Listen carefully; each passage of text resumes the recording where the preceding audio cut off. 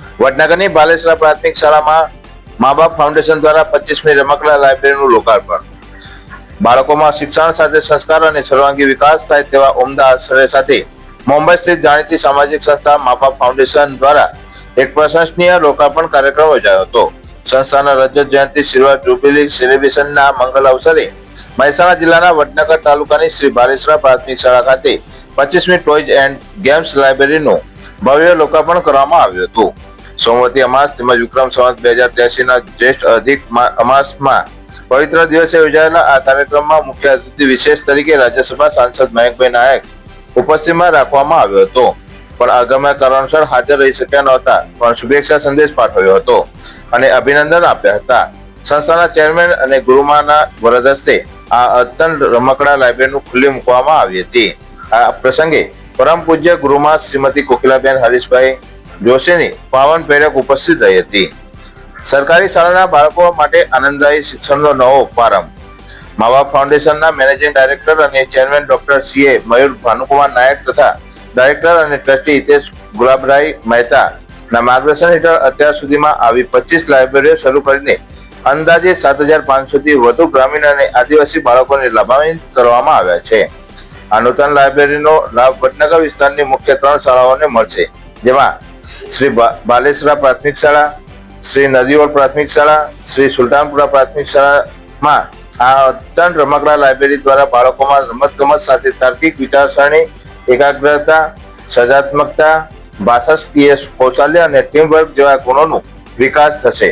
સંસ્થાના આ ભગીરથ કાર્ય માટે મુંબઈના દાતા પરિવારો જેવા કે નાયક, મહેતા અને દલાલ પરિવારનો વિશેષ સહયોગ પ્રાપ્ત થયો છે. આ કાર્યક્રમ દરમિયાન વડનગર નગરપાલિકાના ઉપપ્રમુખ જયંતિજી ઠાકોર, શાળા એસએમસીના અધ્યક્ષ રણજીતજી ઠાકોર તેમજ ત્રણેય શાળાઓના આચાર્યશ્રીઓ ભાવિકભાઈ જાની બાલેશ્વર, અરવિંદભાઈ પરમાર નદીઓળ અને દીક્ષિતભાઈ પરીખ સુલતાનપુરનું સહિત મોટી સંખ્યામાં ગ્રામજનો, શિક્ષકો અને ઉત્સાહી બાળકો હાજર રહ્યા હતા. કાર્યક્રમની પૂર્ણાવતિ વખતે ઉપસ્થિત મહાનુભાવોએ સંસ્થાની આ પ્રવૃત્તિને બિરદાવતા જણાવ્યું હતું કે જ્યાં દાન શિક્ષણ સાથે જોડાય છે ત્યાં ભવિષ્યના દીવા પ્રગટે છે. રંગબેરંગી શૈક્ષણિક રમકડા અને નવીન સાધનો જોઈને સરકારી શાળાના ભૂલકાઓના ચહેરા પર અનોખી ખુશી જોવા મળી હતી. મારું નામ છે ડૉક્ટર CA મયુર ભાનુકુમાર નાયક અને હું આ મા બાપ ફાઉન્ડેશન, જેનું આખું નામ છે શ્રી પ્રજ્ઞા મહાઅવતાર બાબાજી અવતરણ પીઠ ફાઉન્ડેશન, જેનું મેં ટૂંકું નામ મા બાપ ફાઉન્ડેશન રાખ્યું છે. એના મેનેજિંગ ટ્રસ્ટી અને ડાયરેક્ટર ચેરપર્સન છું અને મારી સાથે છે હિતેશભાઈ ગુલાબરાય મહેતા અને એ પણ ડાયરેક્ટર છે મારી સાથે, મા બાપ ફાઉન્ડેશન સાથે શરૂઆતથી જોડાયેલા છે.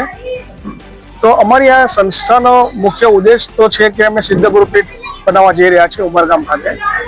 સાથે સાથે અમે બાળકોમાં સંસ્કારનું સિંચન થાય અને તેમનો બૌદ્ધિક અને શારીરિક વિકાસ થાય એ માટે ટોયઝ અને ગેમ્સ લાઇબ્રેરી કરીએ છીએ, જે દરેક સ્કૂલોમાં અમે સેટઅપ કરીએ છીએ, અથવા તો કોઈ પ્રાઇવેટ કમ્યુનિટી સેન્ટર હોય કે કોઈ મંદિર, દાખલા કે સ્વામિનારાયણ મંદિરમાં પણ અમે એક લાઇબ્રેરી કરી છે, ત્યાં બાળકો આવી અને રમી શકે અને એમાં એમનો જે ટીમ બિલ્ડિંગ છે અથવા તો ભાષાનું લેંગ્વેજનું ડેવલપમેન્ટ છે, આર્કિટેક્ચર, એન્જિનિયરિંગ કે મેથ્સ ડેવલપ થાય, ફિઝિક્સ ડેવલપ થાય, હિસ્ટ્રી ડેવલપ કરી શકે, એવી દરેક પ્રકારની એજ્યુકેશનલ ગેમો, રમતો, એની સાથે અમે આઉટડોર એક્ટિવિટીઝ માટે જે શારીરિક વિકાસ માટે જરૂરી છે, જે રીતે ફૂટબોલ છે, વોલીબોલ છે, બેડમિન્ટન છે, ક્રિકેટ છે, એ બધાની અમે લોકો ગેમ્સ અને લાઇબ્રેરી બનાવીએ છીએ, જેથી બાળકોને ફાયદો થાય. અત્યાર સુધીમાં અમે 23 લાઇબ્રેરી કરી, 24મી નદીઓલમાં અને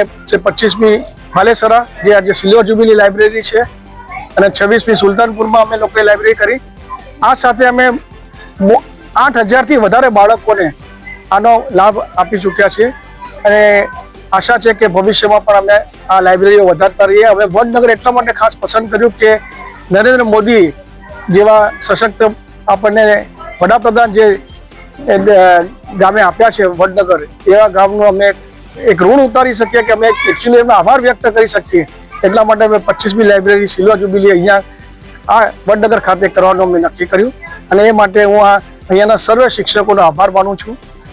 ખાસ કરીને અરવિંદભાઈ, નદીઓલ, બાલેસરા, ભાવિકભાઈ અને મનીષભાઈ અને દીક્ષિતભાઈ સુલતાનપુરના પ્રાથમિક શાળાના જે આચાર્યો છે, ખૂબ મહેનત લીધી, ખૂબ ઉત્સાહથી અને ઉમળકાથી એમણે અમારું સ્વાગત કર્યું અને આ એક સુંદર પ્રસંગ એમણે પાર પાડ્યો.